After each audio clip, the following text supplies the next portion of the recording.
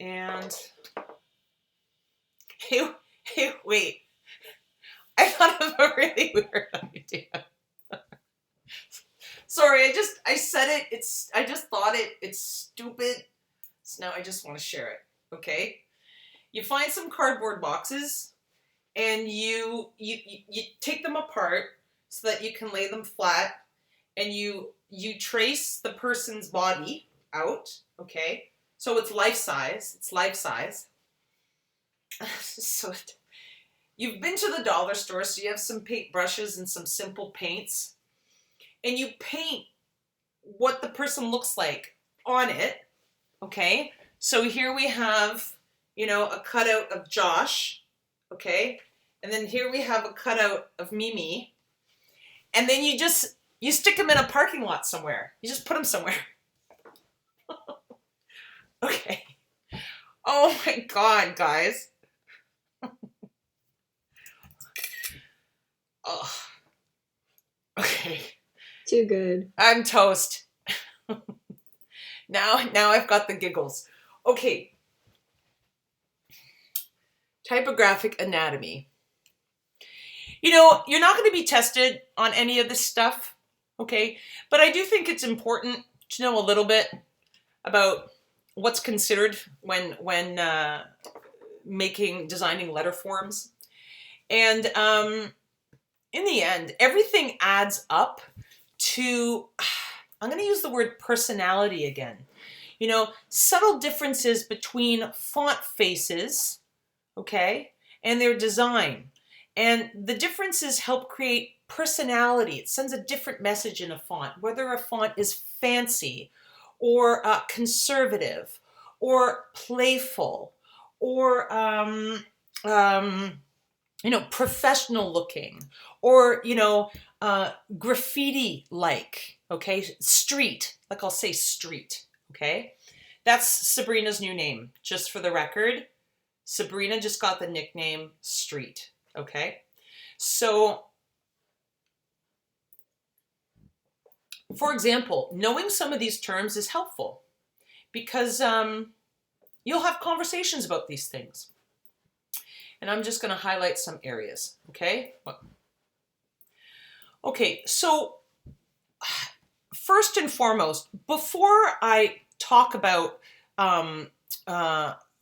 different elements of a character or of a letter form, I'm going to point out this very important thing, okay? It's the baseline, okay? The baseline. And the baseline ultimately is the shelf in which the letter forms sit on, okay? That's simple enough, right? They sit on that shelf. And when a font is designed, typically, a type designer, this isn't necessarily the case, but a type designer will, he'll start maybe, hypothetically speaking, with the letter X, okay? And he will think about this letter X, its height, its shape, its look, and how it sits ultimately on the baseline. Sorry, my computer is so slow, it's terrible right now, but how it might sit on the baseline and how all the other letters will sit in relation to this letter X, okay? Okay, so the baseline. Next you have your capital letters and your cap height. Okay, so it's interesting, when we talk about a point size, like a font is 12 point or 14 point or 64 point, we're actually referring to the point size of the capital letter within that font face, okay? Okay, and you will see that different font faces might have similar cap heights, like 64 point type, but the lowercase letters behave very differently from one another. That will be clear in a moment, okay? Okay, so when you're talking about point size, it's referenced to the cap height of that font face. Then you have what is referred to as the X height. You know that X that I drew just a moment ago? Okay, well, whatever that X height was, it applies to all the other letters in this particular font face, or I might say alphabet, okay? And it should be consistent throughout, okay? So that they're behaving similarly to one another. Okay. You know, I might call this is a stem. Okay, it sits on a stem. This is a bowl. No big deal. You're not going to be tested on this stuff. I just want you to pay attention to just how it's behaving. This is the little serif, that decorative element, and this is referred to as a descender, okay? So this part of the letter Y, and it could be a G or a P or a J, but it's that portion of the letter form that falls below the baseline. And descenders, depending on how long or short they are, can lend a lot of flourish, okay, and personality to a font face, or not. Okay, that's something to keep in mind. Conversely, there's something called an ascender. Okay, it's that area of the letter form that lies above the X height. Some might argue that an X height is this whole area. Some might argue that it's just this little portion up here, okay?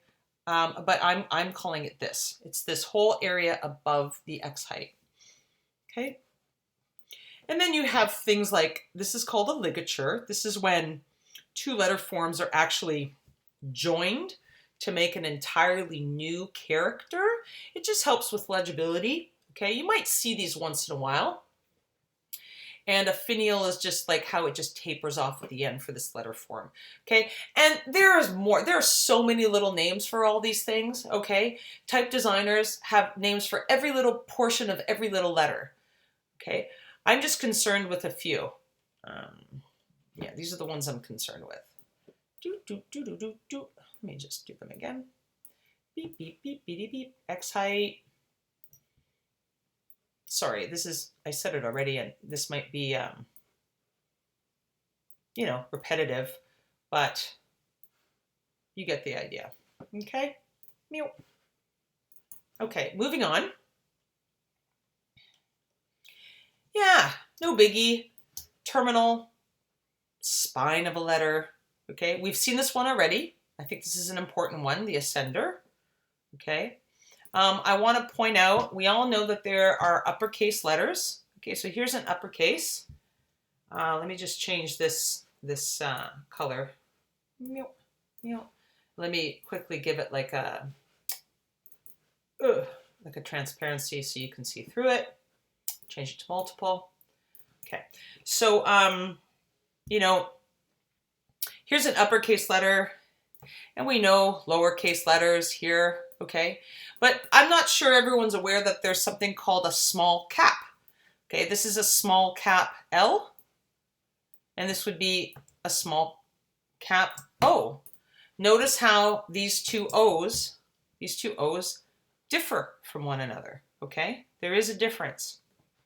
And I think a very important term, I think it's one of the more important aspects of letter design, or type design, is what I will call, and here's the word right here, a counter, okay?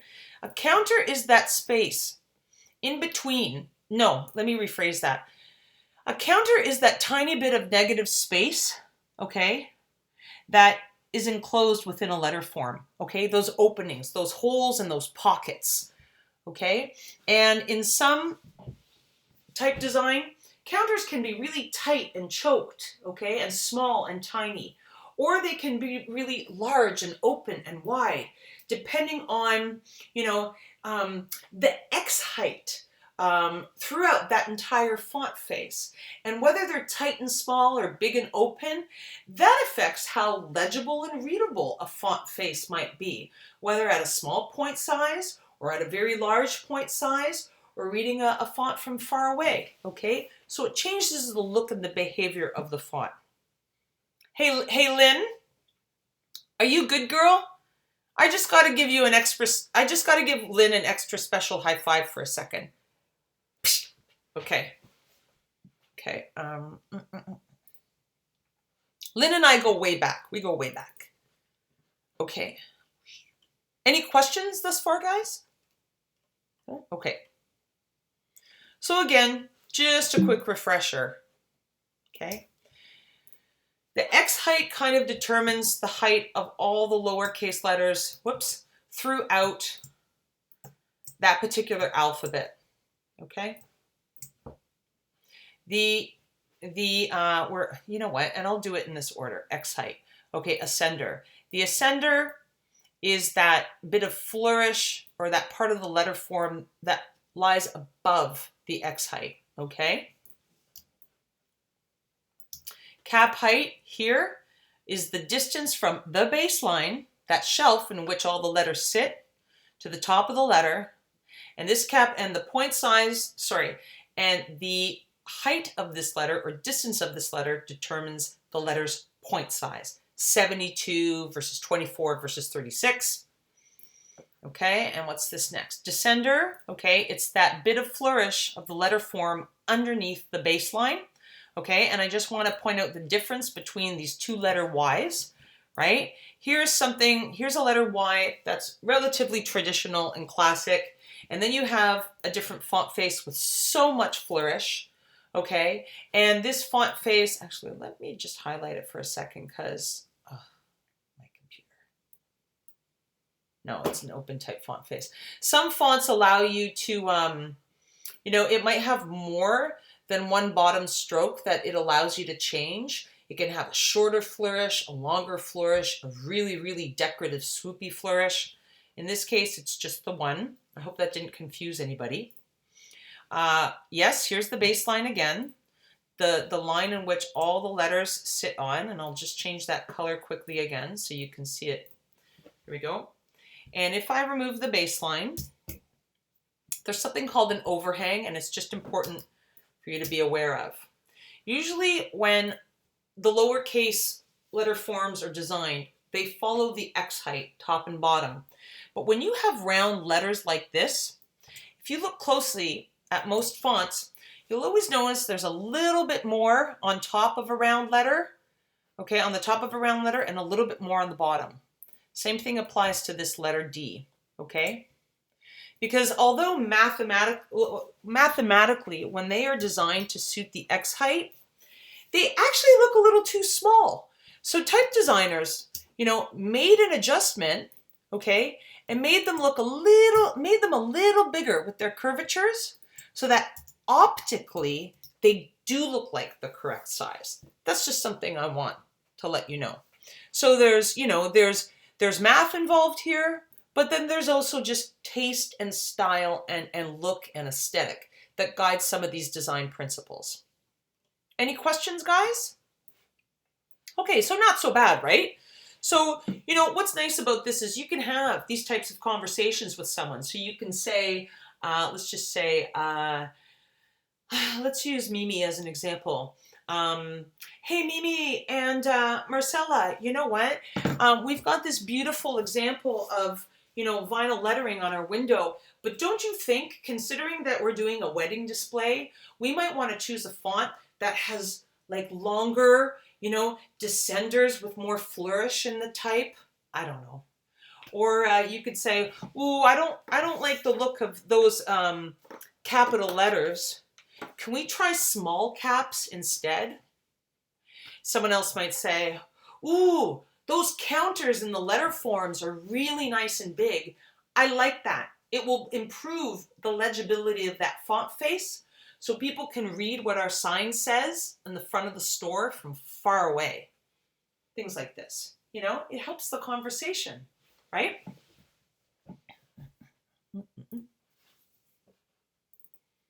Okay. Okay. Type classifications. So there's going to be some classifications and some sub-classifications here, okay, guys? I don't want you to get too overwhelmed. I'm going to start with your most basic of classifications first. Usually you'll hear people refer to serif fonts or sans serif fonts, okay? Serif is with the embellishment, sans serif is without that little decorative embellishment, okay? one or the other.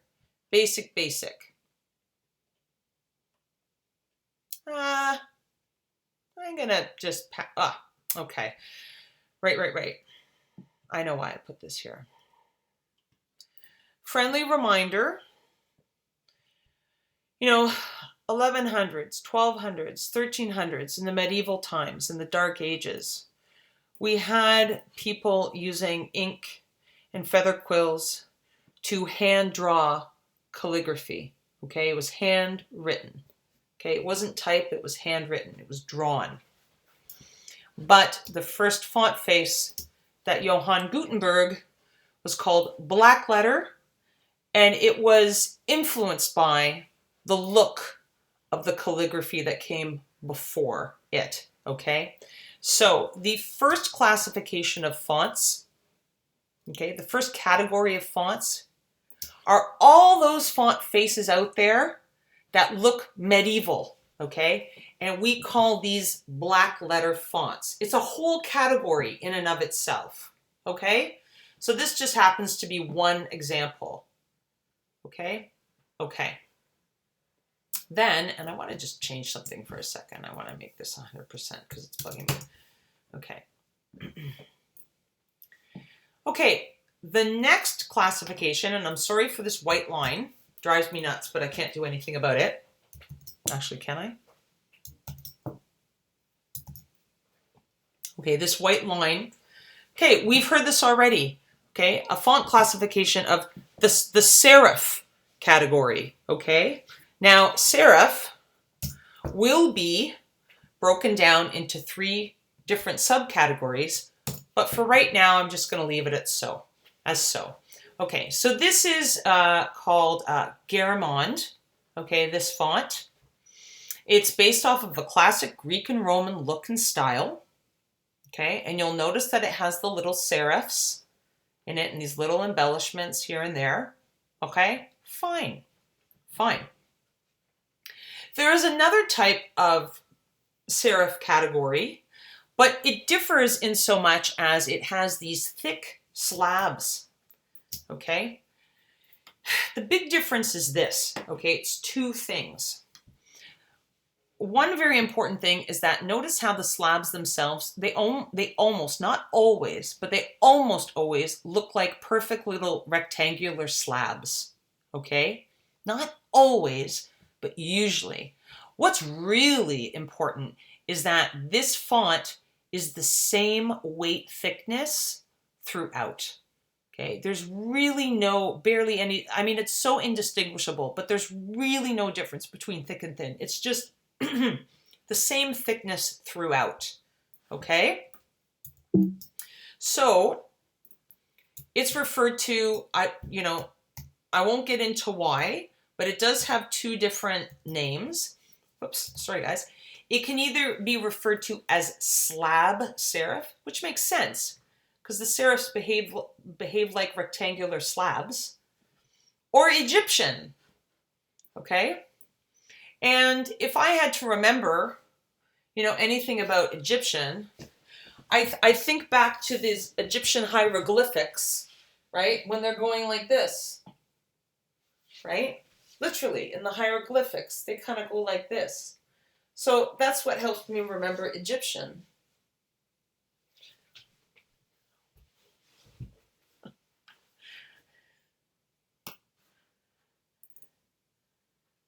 Okay. Then we have the sans serif face, right? Anything that like all those font faces that no longer have any kind of embellishment at their ends. They're blunt-ended, okay? Okay. Now, there are a few different subcategories, okay? I'll talk about this in a second, so don't worry. I just want to hide it for right now. Then you have your script classification. And when I think script can be all sorts of things. Script can be, formal script that looks good for weddings, handwritten stuff that looks handwritten, like literally handwritten, like Marie's handwriting and in pen and ink. It could be scripty and look more wacky and harsh, like I was writing something with a paintbrush. But it has, it has a different look to it. It really does fall in its own category, and you'll see different examples of this in a moment. What I want to point out is something special here about font size first. Actually, no, I'll do it at the end. Okay, here's the last category, and I can call it display or I can call it decorative, one or the other. Don't mind me if I use those two terms interchangeably. Hopefully I'll say display more often than not.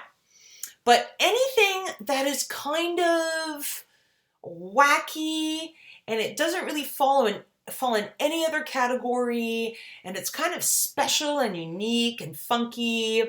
But the interesting thing about display or decorative is it works in small doses. It doesn't really work in big amounts, okay? It's almost too unique. It's almost too unorthodox and unconventional. I don't know about you, but I cannot read this font that says virtual reality. I can't read that and throughout an entire book. No way. Maybe the cover on a magazine, maybe 2 or 3 lines on a poster max. But otherwise, it's just too hard to read. It'll tire me out. Okay? Okay. Any questions about these categories? It's not really a question. It's more of a comment. Yeah, go for it. The last text would be a really good eye-catching like logo, or like company, like above the stores. Yeah, exactly. You're absolutely right. And often, depending on the store and depending on what they sell and whatever message it is they're trying to communicate, they might use a really wild, wacky font. Like this font might be good for a gaming store, a store that sells gaming stuff. Or I feel like it would also be really good for Hot Topic. See, and you say Hot Topic, and I have no clue about Hot Topic. But you guys know about Hot Topic. I just have no clue about Hot Topic. Mimi, do you understand what I mean? Yes, I do. Mimi totally understands, because when Lauren said that, Mimi went like this. She went, that's what she did. Like the perfect Hot Topic font. Mm-hmm. Okay, guys, can you tell me, what's Hot Topic like? Are they gothy? Are they punky? Are they... It's amazing. Hot Topic it's my home. Used to be very much an alternative store where people who wore a lot of dark clothes would go. Now it's kind of transformed into, it's kind of more of like a... They sell variety stuff like band stuff, anime, cartoons, cute stuff now. Yeah, like Disney merchandise, Harry Potter merchandise. Okay. Like branded stuff. It's definitely changed from what it used to be, to more of like a... It's honestly kind of like a merch store. Okay, so multiple different companies. Okay, so I'm going to stop you right there. It's like a mashup of all sorts of different funky, unconventional brands. And they all so Hot Topic is a phenomenal outlet. Essentially, they contact their different brand suppliers, and you can find all sorts of different stuff there. Thank you. Yeah, thank you. Okay, good. And they also sell like lots of like home goods stuff that's also like themed. So like, say you're really looking for like a Lilo and Stitch lamp, for instance, like most likely you'd be able to find one on the website at Hot Topic. Okay, well, my home is also Hot Topic. My home is a Hot Topic. If you guys ever need like a Wonder Woman like bank, talk to me. Yeah, those are the sorts of things that they sell. I know. Okay, awesome. Thank you so much, Lauren and Mimi. Got you. Thanks for filling me in, because when you guys talk stores, I don't really know a lot about the stores and the type of stuff. Someone might say Steve McQueen. Yes, I think Steve McQueen is extraordinary. But there are a lot of stores that I don't know about because it's not my vibe. It's almost like, it's like if I talked about a lot of design magazines or designers, you might not know them. So this is nice that I get to learn a little bit from you guys as we go through this. And you'll find, guys, that sometimes I'm going to have to ask you questions about the visual merchandising side of things. Like the word riser or cases, something about window display because I don't necessarily know enough about your field. Okay, so I'm going to keep moving on. Wait, hold on. Okay. I want to do something funny, but I'm not going to do it because I got to move on because I saw the time.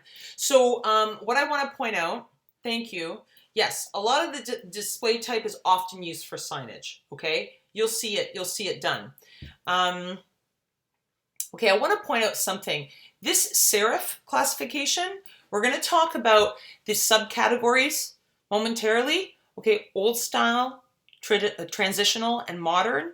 You're not going to be tested on this per se, okay? But I just want you to know that these subcategories exist and how they differ slightly. And then in sans serif, we're going to look at geometric and humanist.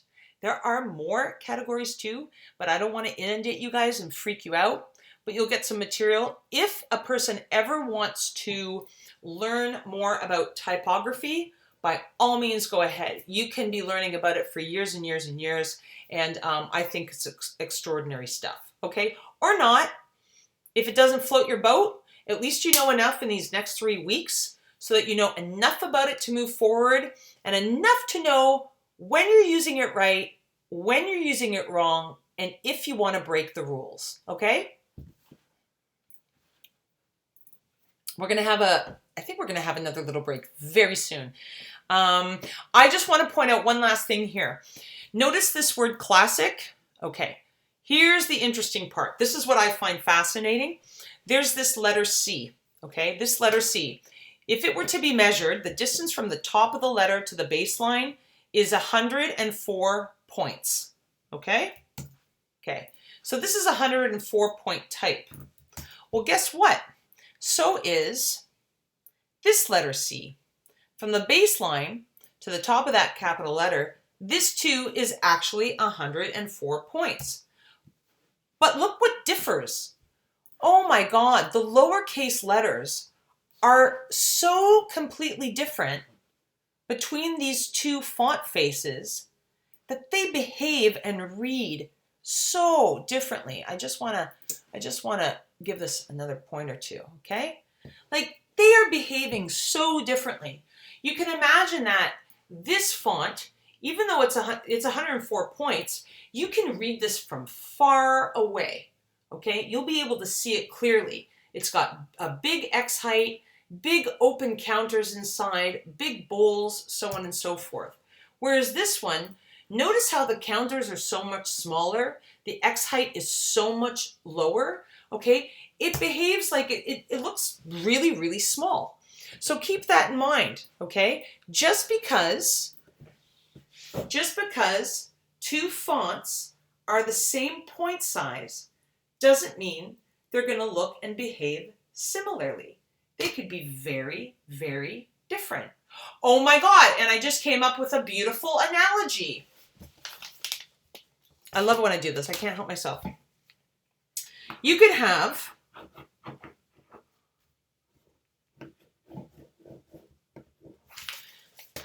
a man that weighs, you could have two men that both weigh 200 pounds, but one is shorter and wider, right? And then you can have a really tall dude that's super tall and slender. They both weigh the same amount, but they behave completely differently. Same sort of deal. Sarah's laughing, so is Cynthia. Julia's smiling. I can't help it. That's a good analogy, though. Thanks, Lauren. You get $5. I bet you everyone else wishes they said the same thing. Okay.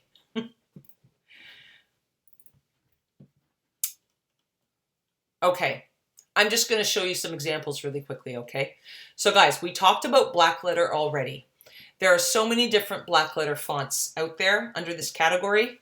It's all that stuff that looks very similar to that calligraphic, medieval looking black letter font face that Gutenberg first invented, okay? And here are some examples. Motorhead, formerly the Kat Von D brand, okay? The Urban Decay logo, New York Times, newspaper on the masthead. Even since that, Kat Von D's left the business and is Yes. now KVD. Yes. Thank you. So then, yeah, I didn't have time to swap it out, but thanks, Lauren. Okay, so now, I want to talk about serif fonts, okay, but those 3 subcategories, okay? Old style, transitional, and modern. I keep saying traditional, but I want to say transitional. I don't know what's happening with me today. Maybe I'm tired. So old style, transitional, and modern. So old style, okay, when you look at the strokes, you'll notice that there's a relative uniform thickness throughout the strokes, okay? They've got their serifs, okay, but they look more kind of rudimentary. There isn't as much finesse to the letter forms compared to what you're about to see.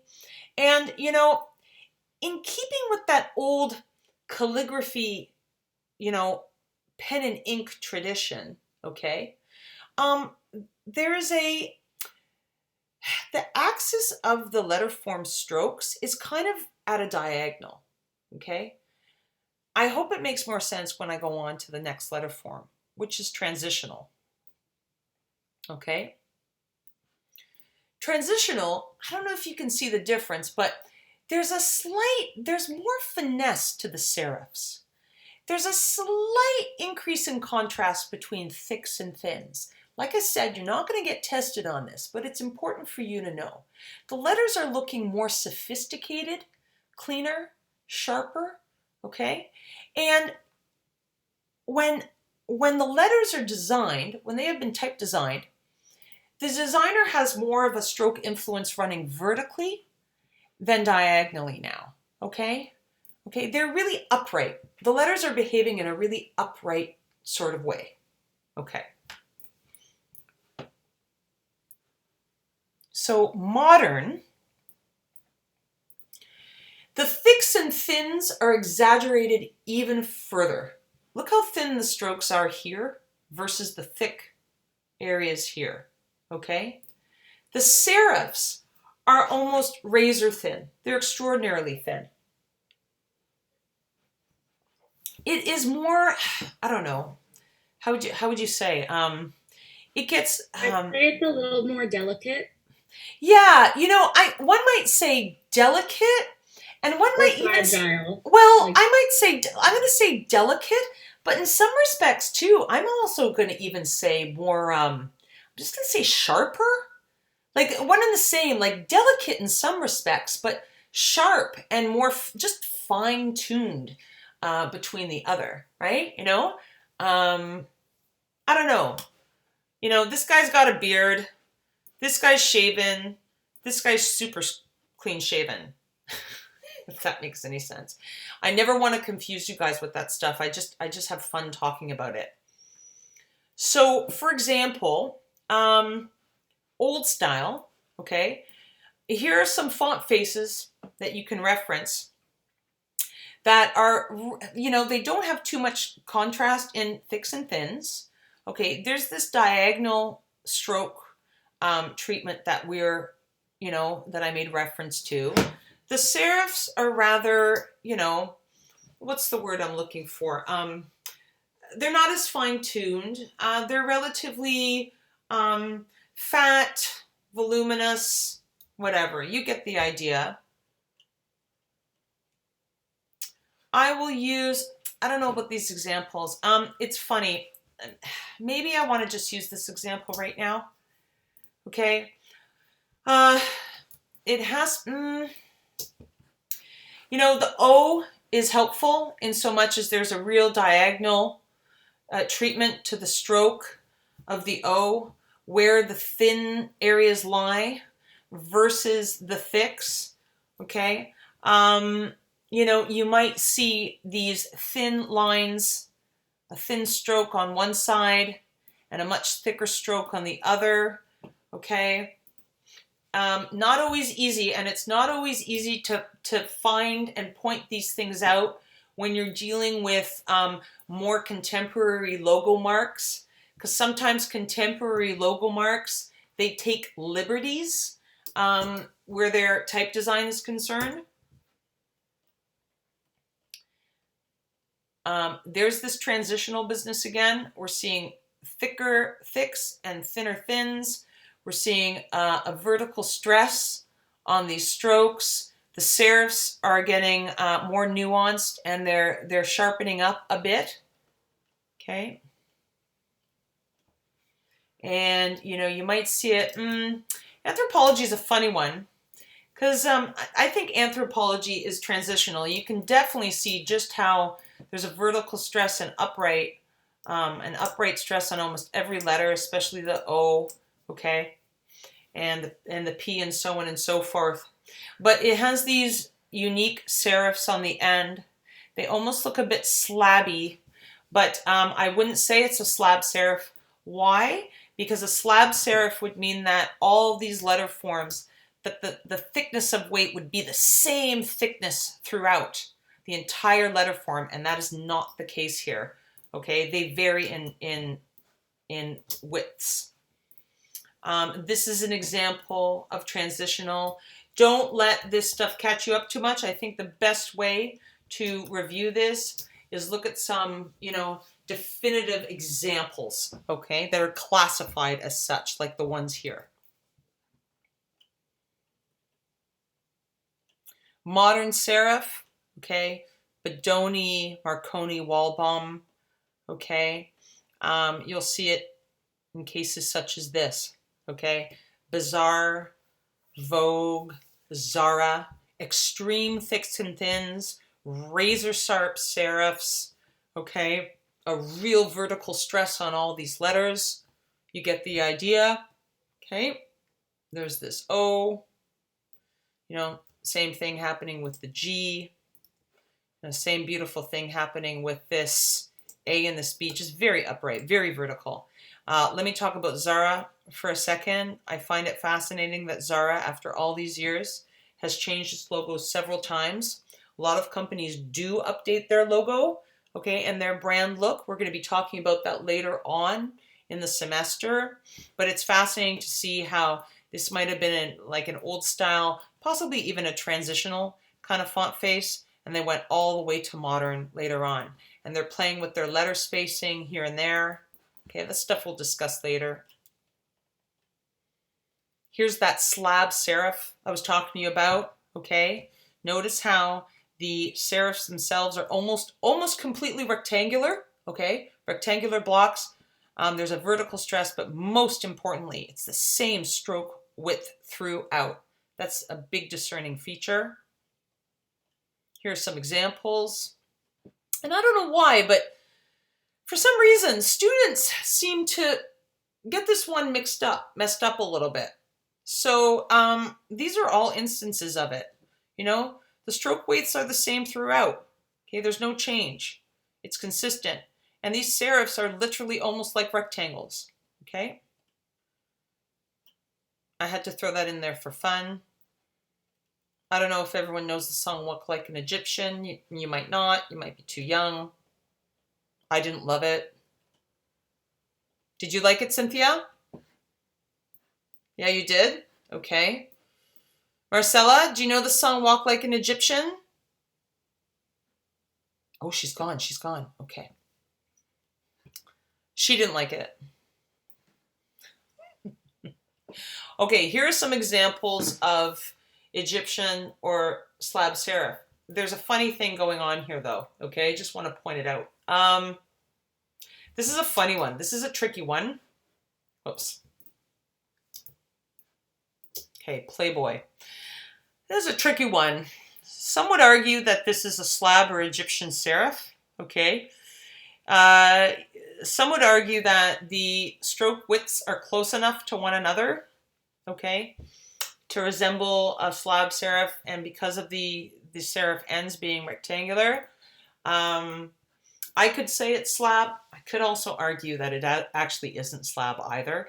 And the reason why I bring this up is because I just want to let you know that I just want to remind everyone that there are so many font faces out there nowadays that sometimes it is difficult to discern the difference in classifications. Okay, guys? And it's no big dealio. But some might say, oh, you know that slab serif on Playboy magazine? Someone else might say, oh God, what would they say? I don't know. They might say it's a bold serif transitional font because they're referencing, see, it's funny. Anyways, I don't want to get too into it. Just know that sometimes there's wiggle room, okay? There's so many fonts out there right now. This, in my opinion, is a very clear slab serif or Egyptian font face. The widths are exactly the same. We've got those beautiful rectangular slab ends. There's no argument here, okay? This is a unique one. I would also say that this is a slightly different but lovely slab serif. It's been modernized a bit with these rounded, rounded letter forms. But again, the stroke width is the same throughout. And where you do find a serif, okay, in this one instance of the letter I, it's a rectangle. And that's how I would categorize this font, personally.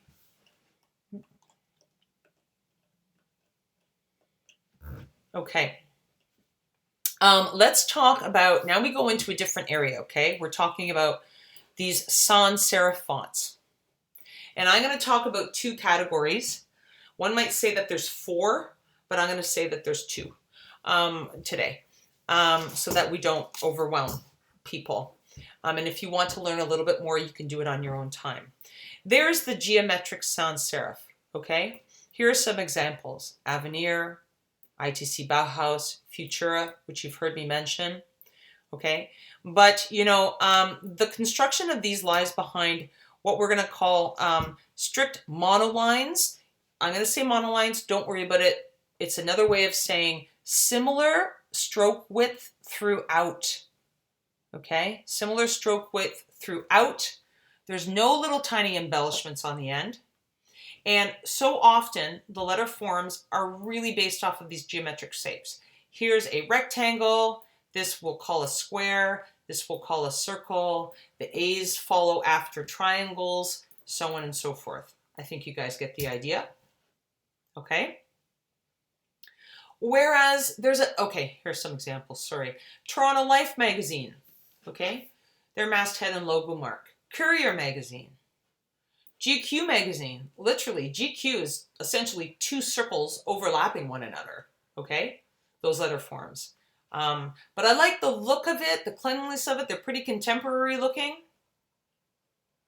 Then you have a different sans serif, but it has a gentler, more, and I will use the word human, and we've heard the word human apply to different things throughout this typography talk, okay? Don't get too confused by it, but in this particular case, I'd say that this sans serif is more human in so much as is softer and gentler, and it's not so geometric, okay? It is a bit more organic in its flow, okay? It is softer and gentler. It has, slight tapering and curves and changes in stroke width and weight, okay? Yeah, it's not so mathematical. And all these fonts that you're seeing here, Frutiger, Gill Sans, Gaudi Sans, Mentor Sans, very popular in use today, and they're all over the place. Okay, they're used in everything. Okay. You'll see them in examples for Flickr, BBC, Walmart. Okay. And one other thing is, if you're looking at logos, just keep in mind that sometimes a designer will design a logo and they'll use a font face, and then they might go into the font face in Adobe Illustrator, for example, or even in Photoshop, and they can tweak the fonts themselves and do weird things to them so that they never really behave as they were originally designed in the first place. So when you're looking at logos, sometimes it's very difficult to decide whether it's geometric or humanist, because maybe they've altered things and edited things and revised them to suit their own aesthetic needs, okay?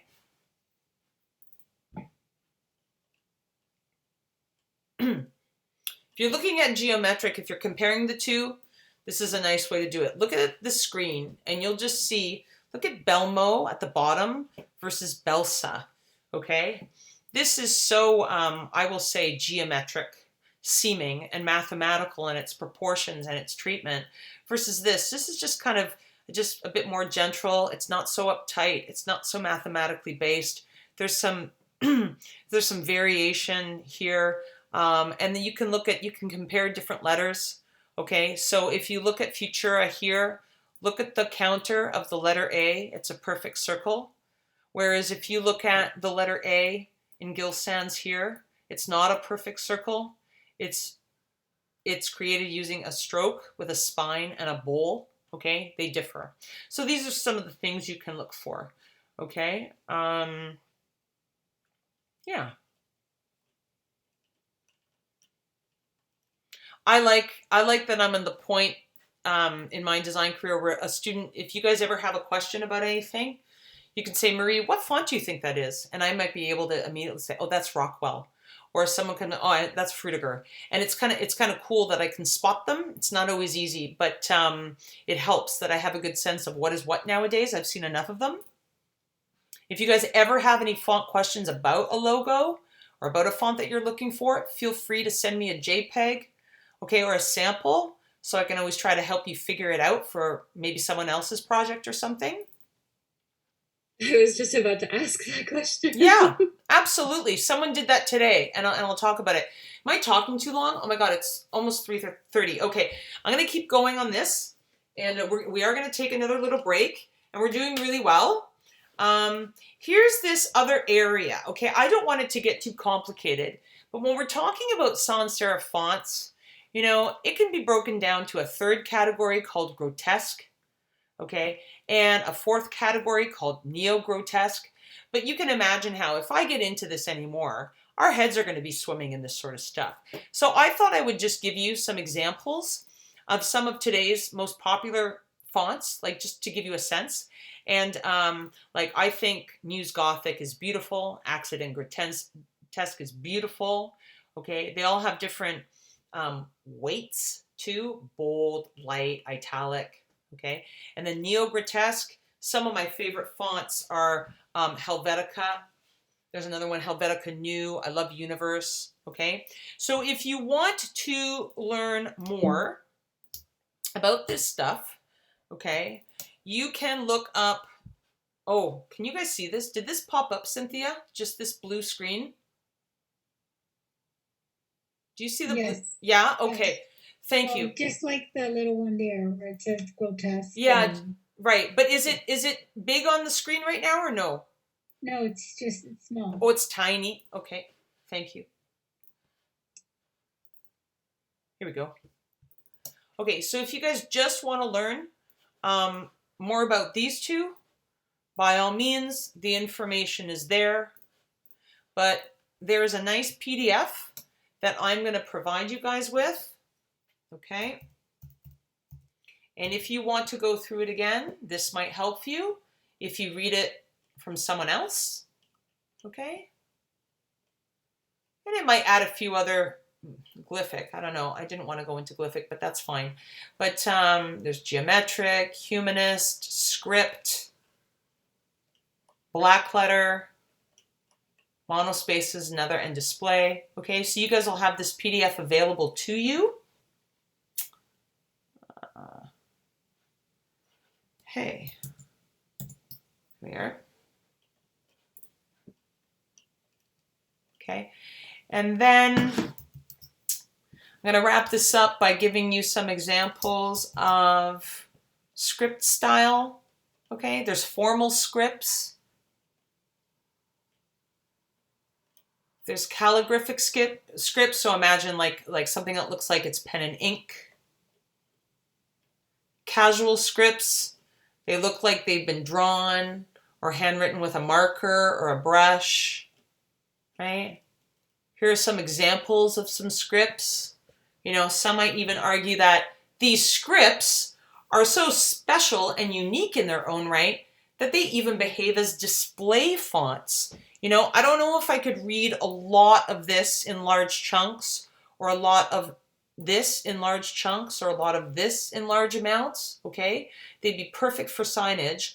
On the one hand, they are indeed script fonts, but they also behave like display. They're just really kind of unique and unorthodox in their own right. Okay. Right. So yeah, the last category is display or decorative. I mean, check it out. Whole sections of the letter forms have been removed, but it's still legible for this little Prieto Studio logo mark, you know, for Anthology magazine. You know, this is a pretty beautiful and unique type treatment, but I don't know if I could read a whole book using this font face in all capital letters and, you know, cut and pasted like that. And last but not least, I certainly couldn't do it with this display font, but nevertheless, it's legible. I think that says happy, Happy, right? So I just think fonts are extraordinarily fun and gorgeous and communicative. If you guys want to learn any more about this stuff, okay, again, you get this PDF, okay, in week 2, and you can reference these different links that I put out there, so you can learn a little bit more.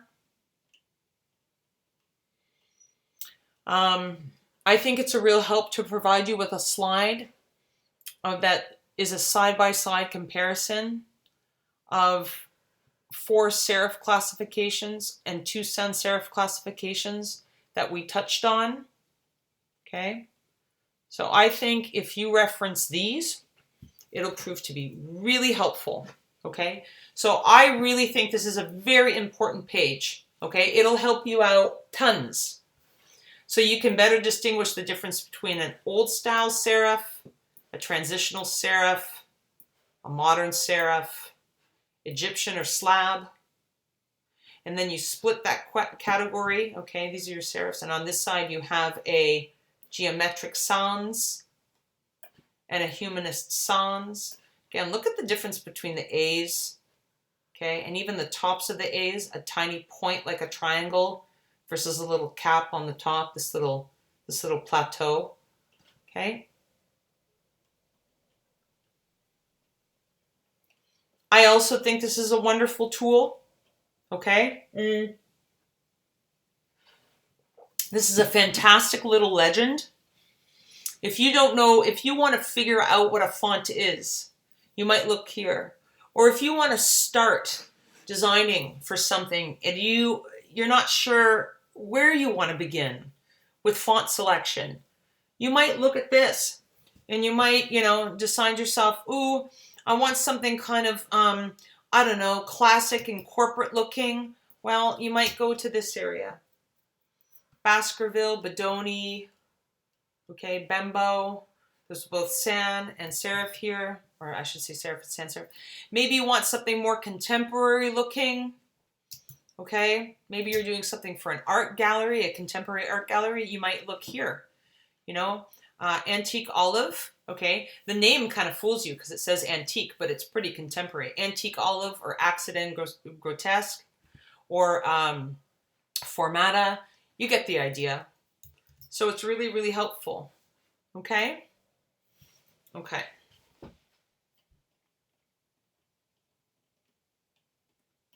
Okay, I think we're going to take just a 2-minute break, 4-minute break. And let's see, I have 3:31 right now. We'll be back at 3:35. I hope that's okay. And wicked. And then this next little bit will only be about 10 minutes. And then I'm going to give you your homework. And I'm going to talk about the InDesign files that we're going to create the beginning of class next week. And I'm going to tell you about the bit of tiny Roberta review that we're going to do next week too. So you know what to expect. Okay, guys? Okay. What else? Before I forget, I think next week we have an in-class exercise worth 5%. I'm just going blank. I think I'm tired. Yeah, it's worth 5%, and I think we're doing it in class together. Okay, in tiny groups, which will be so easy. It's going to be easy. So, yeah, so please show up. Okay, sorry, I have 3:32. I'll see you guys at 3:36. Bam. If anyone wants to ask me any questions right now, please feel free.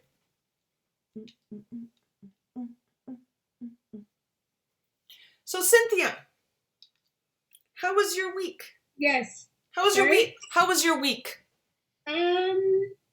It was okay. I got my booster on Wednesday, so but today I'm much better. And then it was snow days, so I had my daughter with me most of the week. So, but it was good. So excellent. So did you mind my asking you, how did you find the so the booster did affect you a tiny bit? Yeah, because yesterday it made me like really tired and my arm was sore, but today my arm is not really sore anymore. Good. And I'm like much better. Good. I had the opportunity all of a sudden yesterday to actually get it, and I was about to do it, and then I realized, oh no, because if it made me feel poor, I wouldn't have been able to do today's class. So I'm getting mine on Monday, and I'm one of almost everyone I know got it, but I just kind of waited a little bit. I always like to just see how it goes for everybody else first a little. But it makes you really tired. Like I do find it makes you super tired. Okay. I do know I've already gotten mine as well. I was fine for it. So it really all depends. You were what? You were fine with it? I was fine. Okay. Because the second one, my second shot, my first one was fine. My second shot just killed me. I was just so rough for 4 days. It was brutal. So that's why I just want to just hear what other people have to say first and prepare myself. I wasn't good for any of my shots. Like my first, second, they were all bad. So I figured I was going to have some kind of effect. But it wasn't as bad as I thought. Okay, good. Yeah. And Lauren, like did you guys have to do a lot of your shoveling? Did you have to do a lot of shoveling?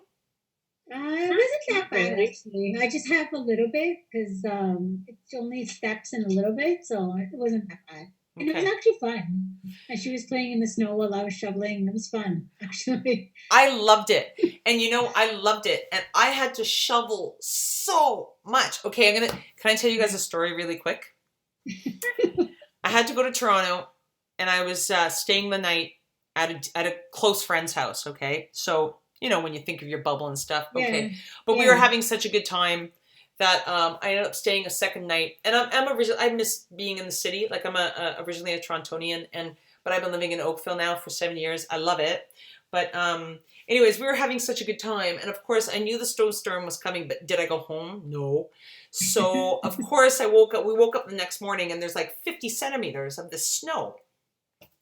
And I parked in such a good place, too good, as a matter of fact, that really, like 200 meters this way and 200 meters that way, it was all snow, and it was just me and this one other guy that were parked, and so no one was going to help us shovel. It was all on us, me and this guy.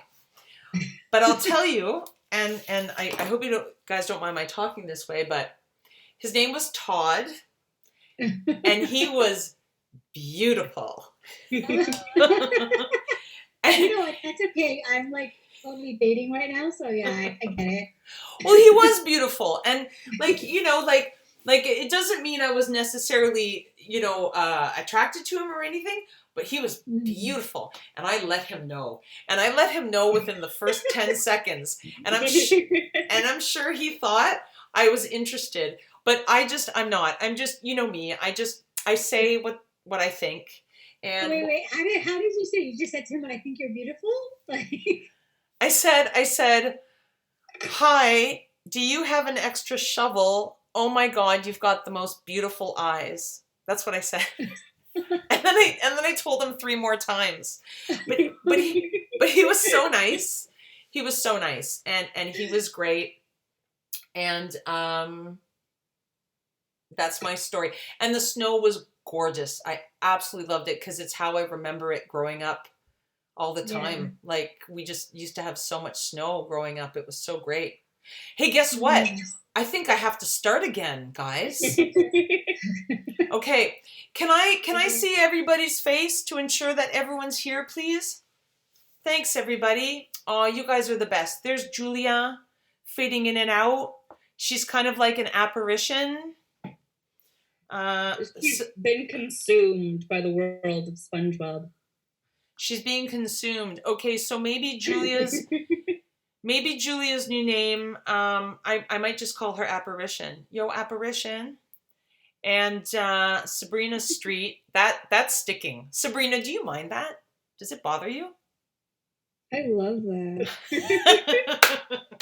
Okay. I love that for me. Sabrina is so street. We'll have to get a nickname for Sherry. And have I even been able to see what Michelle looks like yet? Michelle, do you have a face? Do you have a face? Hi. Are you there? Yes. Oh, can I see your face for 2 seconds? No? Next week. Beautiful. I love it. Okay? Awesome. Okay, wicked. So, thank you everybody else for being live on screen. I really appreciate it. We'll have to get a nickname for Josh too.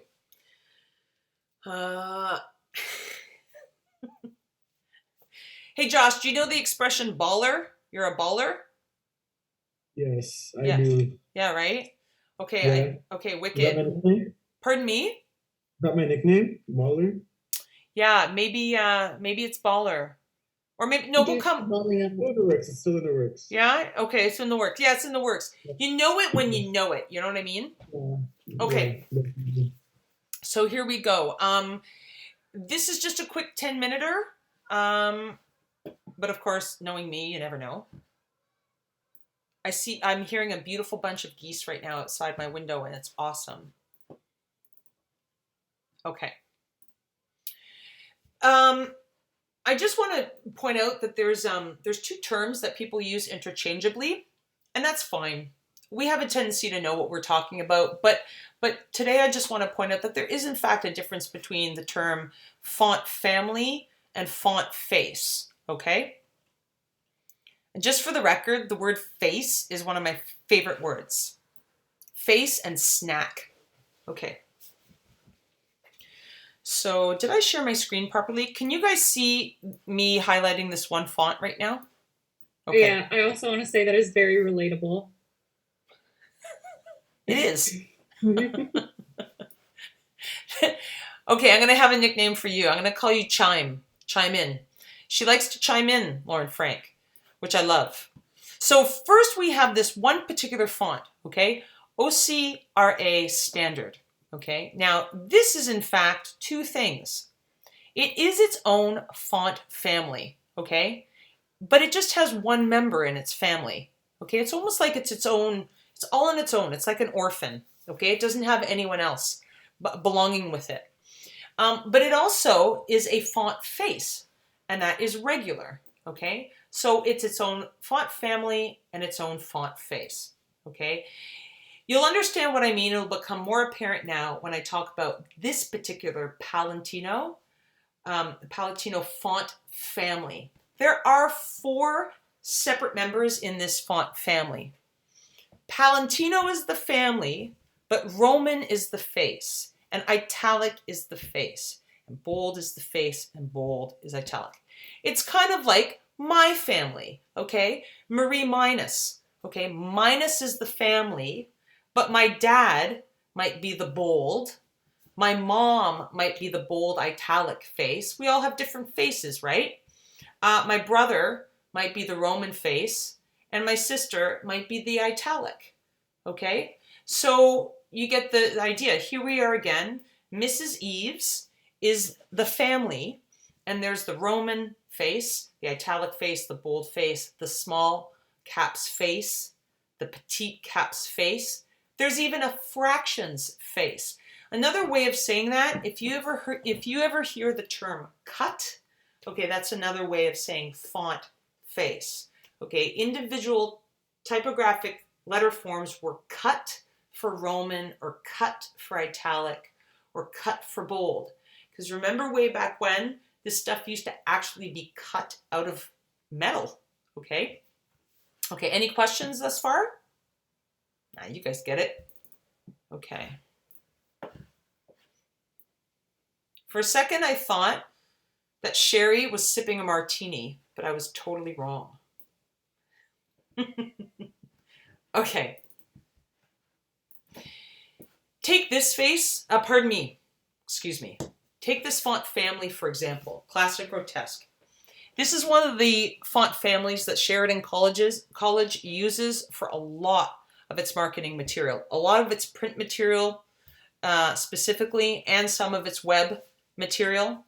But what's beautiful about this family is that it has so many different members, okay? So many different cuts or faces. So what's so nice is they can always mix things up, and it doesn't limit their design capabilities, okay? Unlike OCRA standard, this is all you can use, unless you change the color or the point size. There's no other way of relying on any other font face to establish emphasis, okay? You can emphasize, things in type by making it extra bold, or by making it extra bold, or by italicizing it, or making it lightweight, okay? So when you guys are considering things down the line, and if there's a project that I might ask you to begin working on, I recommend you look at font faces. They don't have to be massive, font families. They don't have to be massive in terms of all the different faces, but 4 or 5 different cuts is kind of a good thing to consider, okay? You would be wise to choose a font that has a few different faces in its entire family. Okay.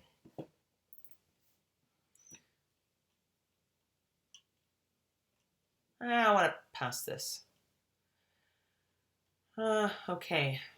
Let's hope my computer isn't so slow that it's brutal. Okay. There are some type crimes that I want to make you aware of. And I want to point out some things you should never ever do with font faces. And sometimes I see this, and it breaks my heart when I see it. Sometimes I see it in cut vinyl lettering on your windows. And please try to avoid these next few things, okay? If you want to do it on purpose, that's one thing.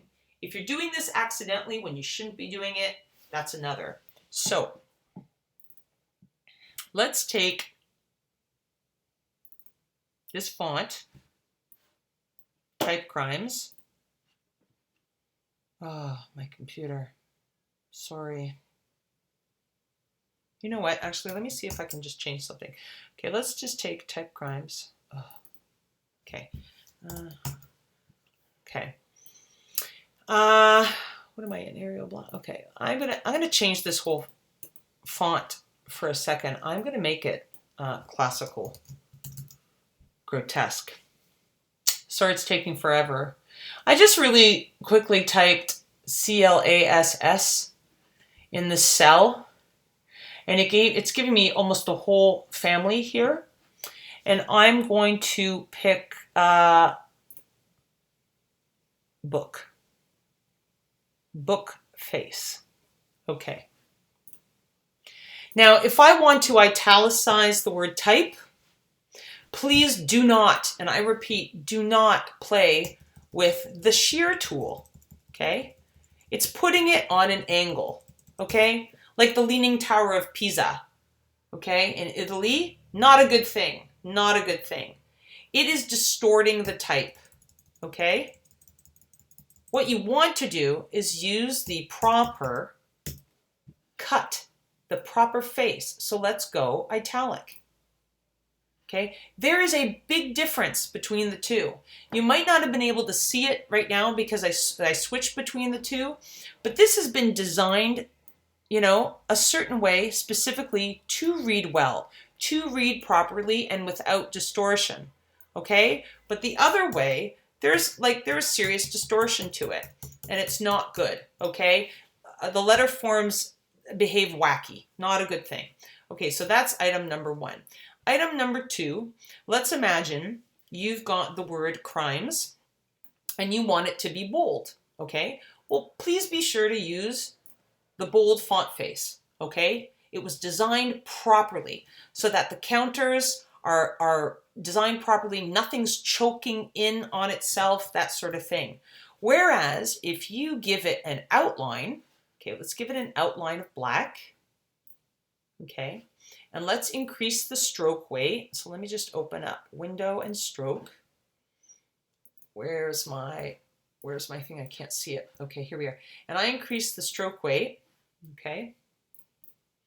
All of a sudden, it behaves poorly and different things happen. You can see that already, okay? I'm getting some weird diagonal ends on some of my lines, on the C, on the E. I have my, what is my exclamation mark, choking in on itself. It's not reading properly anymore. Okay, so this is also something to avoid. Okay? Okay. Take that outline off, okay, and use a proper bold. B-O-L-D. Okay. Also, same thing applies to small capital letters, okay? If you want small capital letters, okay, don't do this. Don't go C-A-N, select them all, and decrease the point size, okay? Please don't do that, okay? If it has an actual small cap face, use an actual small cap face. Not all font families have small caps, okay? Okay, just to keep in mind. So you want to avoid slanting your type, inflating your type with an outline, or shrinking capital letters, okay, improperly. Okay? Again, here's an example. The line on the bottom is a beautiful italicized, okay, face. Okay? Look how different it looks from what is a regular face, but slanted 16 degrees to the right. Okay? It doesn't look nearly as good. So the top one is yuck, the bottom one is yes. Okay? And right. Okay, I don't think we need this break right now. How about you guys? Are we good? Because I'm just going to show you something quickly about font book again. Now, admittedly, this applies to Apple computer users. Doesn't